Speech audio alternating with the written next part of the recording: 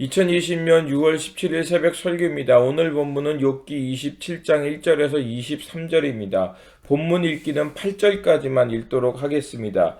욥이 또 풍자하여 이르되 나의 정당함을 물리치신 하나님, 나의 영혼을 괴롭게 하신 전능자의 사심을 두고 맹세하노니 나의 호흡이 아직 내 속에 완전히 있고 나의 숨결이 아직도 내 코에 있느니라. 결코 내 입술이 불의를 말하지 아니하며 내 혀가 거짓을 말하지 아니하리라. 나는 결코 너희를 옳다 하지 아니하겠고 내가 죽기 전에는 나의 온전함을 버리지 아니할 것이라.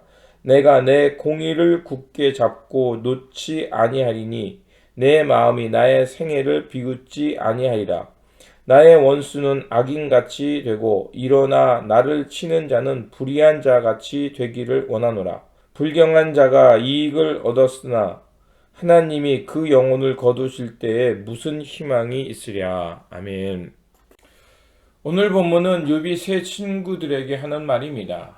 본문 2절과 4절을 보면 역설적인 말이 나옵니다. 나의 정당함을 물리치신 하나님, 나의 영혼을 괴롭게 하신 전능자의 사심을 두고 맹세하노니 결코 내 입술이 불의를 말하지 아니하며 내 혀가 거짓을 말하지 아니하리라. 자신에게 고통을 주신 하나님 앞에서 자신의 삶이 잘못되었다고 말하지 않겠다고 선언합니다. 욥의 태도는 매우 불경스러워 보입니다.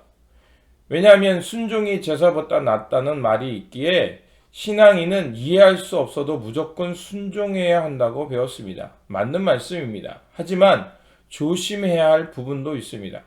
세상 무리가 그 힘을 갖고 악을 행하는데도 하나님의 뜻이려니 하고 생각하고 모른 척하면 결국 악행을 묵인할 수 있기 때문에 그렇습니다.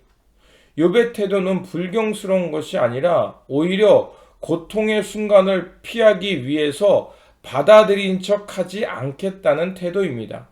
고통이 있으면 있는 그대로 하나님께 자신의 심정을 솔직히 아뢰고 있는 것입니다.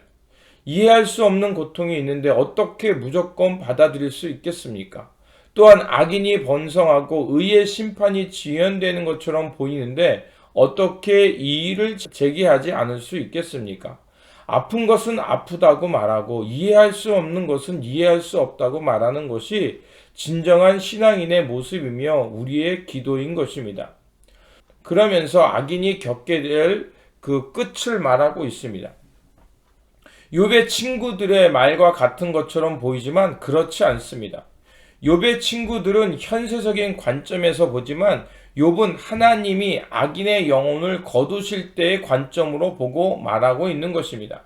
그래서 8절에 보면 불경한 자가 이익을 얻었으나 하나님이 그의 영혼을 거두실 때 무슨 희망이 있으랴. 악인이 비록 이 땅에서 겉으로는 번영한 것처럼 보이지만 결국 패망과 죽음으로 끝나는 것입니다. 왜냐하면 그 악인의 삶 가운데 하나님이 함께할 수 없기 때문에 그렇습니다. 누가복음 12장에 보면 어리석은 부자의 비유가 나옵니다. 누가복음 12장 어리석은 부자의 비유가 나옵니다. 부자는 수확을 걷어놓고 그것을 만족하면서 곡간을 크게 짓고 그것을 즐기고자 합니다.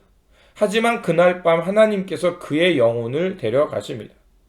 물론 비유의 말씀입니다. 예수님은 왜 그를 어리석은 부자라고 말했을까요? 그 이유는 두 가지입니다. 첫째로는 그 풍요를 주신 하나님에 대한 감사가 없기 때문에 그렇습니다.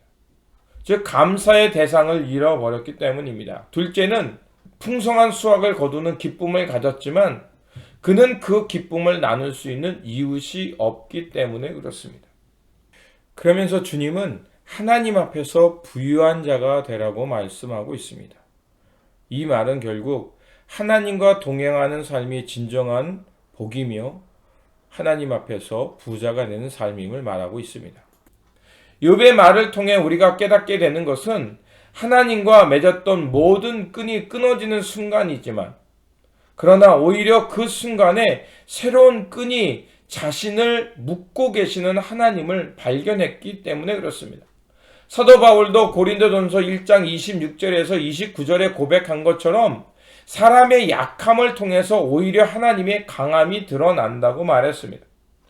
사람이 끝이라고 생각했지만 오히려 그 자리에서 하나님의 역사가 시작되는 것을 보았기 때문에 그렇습니다. 그러므로 우리가 현세의 고난에 갇히지 말고 고난과 문제보다 크신 하나님을 발견하면서 하나님과 친밀함 속에서 오늘도 우리의 삶이 하나님 앞에서 부유한 삶이 되어 가기를 바랍니다. 기도하겠습니다. 능력의 하나님, 욥은 모든 희망이 사라진 자리에서 오히려 강한 팔로 붙들고 계시는 하나님을 발견하고 하나님께 소망을 둘 수 있었습니다. 주님, 우리도 부족하지만 고난으로 인해 그 고난의 문제에 갇히지 않게 하여 주시고 문제보다 크신 하나님을 발견하며 어려움 속에서도 희망을 잃지 않는 믿음의 사람이 되게 하여 주시옵소서. 그래서 우리의 약함을 통해 하나님의 강함이 드러나심을 알고 하나님의 능력이 있음을 깨달으면서 오늘도 우리에게 주어진 삶 속에서 하나님 앞에 부유한 삶, 하나님과 더 깊은 교제와 친밀감 속에 살아가는 삶이 되게 하여 주시옵소서. 우리 구주 예수 그리스도의 이름으로 기도드립니다. 아멘.